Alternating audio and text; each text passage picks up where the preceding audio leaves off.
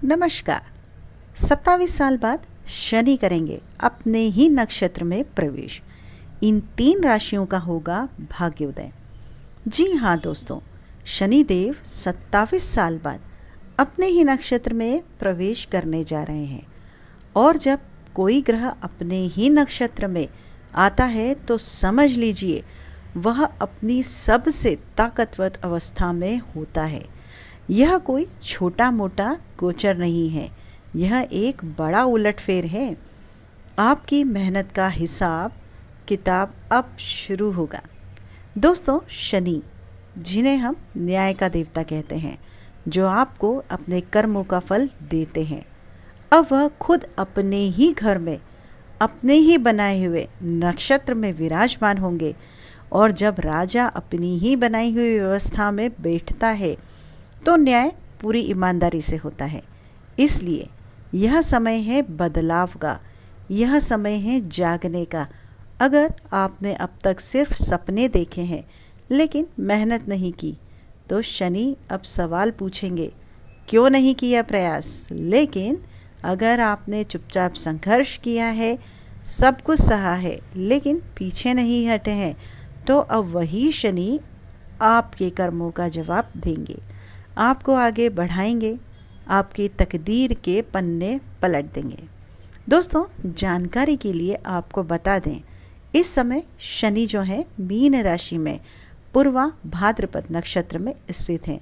लेकिन 28 अप्रैल की सुबह 7:52 पर वह प्रवेश करेंगे अपने ही नक्षत्र उत्तरा भाद्रपद में। यह बदलाव महज एक खगोलीय घटना नहीं है, बल्कि एक ऐसा महापरिवर्तन है जो कर्म, न्याय और अनुशासन के प्रतिनिधि ग्रह शनि की ऊर्जा को और भी सटीक, गहन और प्रभावशाली बना देगा। अब इस बदलाव का असर तो सभी राशियों पर पड़ेगा, लेकिन इनमें से 3 राशियां ऐसी हैं जिनके लिए शनिदेव खुद वरदान बनकर आएंगे। इनके जीवन में ऐसी स्थिरता, सफलता और सकारात्मकता आएगी जो वर्षों से रुकी हुई थी। तो दोस्तों, बिना देरी किए जानते हैं वह 3 बेहद भाग्यशाली राशियों के बारे में, जिन पर शनिदेव का विशेष आशीर्वाद होने वाला है। लेकिन वीडियो को आगे बढ़ाने से पहले कमेंट बॉक्स में सच्चे दिल से जय शनिदेव, जय शनि महाराज जरूर लिखें और हाँ, साथ में बोलें भी। वीडियो को एक लाइक बिल्कुल कर दीजिए, बिल्कुल भी मत भूलिएगा। चैनल को सब्सक्राइब भी कीजिएगा। इस महत्वपूर्ण वीडियो को सभी लोगों के साथ आप शेयर जरूर करें ताकि सभी को यह महत्वपूर्ण जानकारी मिल सके। तो पहले लकी जो राशि है वह कौन सी है? कन्या राशि। कन्या राशि वालों, अब जो समय आ रहा है वह केवल परिवर्तन का नहीं, बल्कि चेतावनी और चमत्कार दोनों का संकेत है। शनि जब अपने ही नक्षत्र में आते हैं तो वह और ज़्यादा सशक्त हो जाते हैं, और जब यह शक्ति आपके 6ठे भाव को प्रभावित करे तब समझ लीजिए कि खेल शुरू हो गया है। 6ठा भाव यानी संघर्ष, रोग, ऋण और शत्रु का घर। अब इसका एक मतलब यह भी है कि जो लोग अब तक आपको पीछे खींच रहे थे, जो आपकी मेहनत का क्रेडिट ले रहे थे, जो पीठ पीछे वार कर रहे थे, अब वह धीरे धीरे बेनकाब होंगे। लेकिन डरने की कोई ज़रूरत नहीं है, क्योंकि यह वही समय है जब शनि आपको परीक्षा में डालेंगे। मगर अगर आप ईमानदारी हैं, मेहनती हैं, ईमानदार हैं, तो शनि न सिर्फ आपकी रक्षा करेंगे बल्कि आपको उस मुकाम तक भी पहुंचाएंगे जिसकी आपने कल्पना भी नहीं की थी।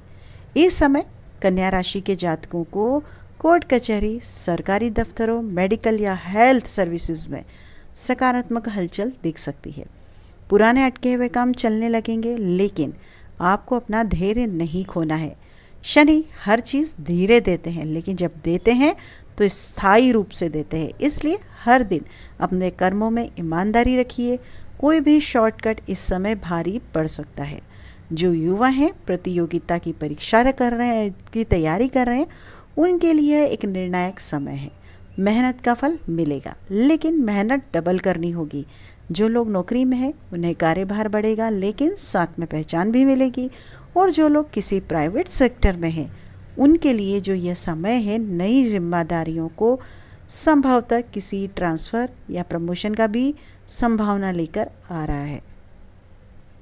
अब एक बात और जो बहुत ज़रूरी है इस समय, आपको अपनी वाणी पर विशेष ध्यान देना है। जी हाँ, किसी से भी बहस, कटाक्ष या गुस्से में बोले गए शब्द बाद में आपके ही खिलाफ जा सकते हैं। इसलिए जितना हो सके आप संयम रखिए, समझदारी से जवाब दीजिए और कोशिश कीजिए कि किसी विवाद से आप दूर रहें। चलिए अब जानते हैं नंबर 2 पर कौन सी वह लकी राशि है। वह लकी राशि है मिथुन राशि।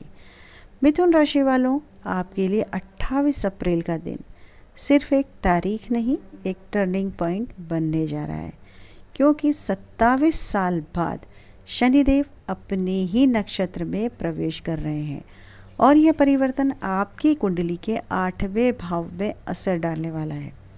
8वां भाव यानी गहराई, रिसर्च, अचानक होने वाले बदलाव और पुनर्जन्म जैसा ट्रांसफॉर्मेशन, यह कोई हल्का प्रभाव नहीं है।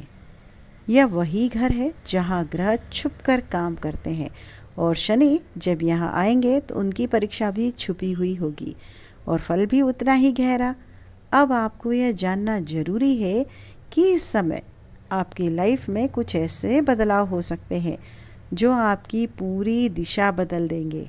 अचानक से कोई पुराना राज सामने आ सकता है, अचानक धन लाभ हो सकता है, या कोई रिसर्च, कोई रहस्यमय ज्ञान, कोई गहरी समझ आपको भीड़ से अलग भी कर सकती है।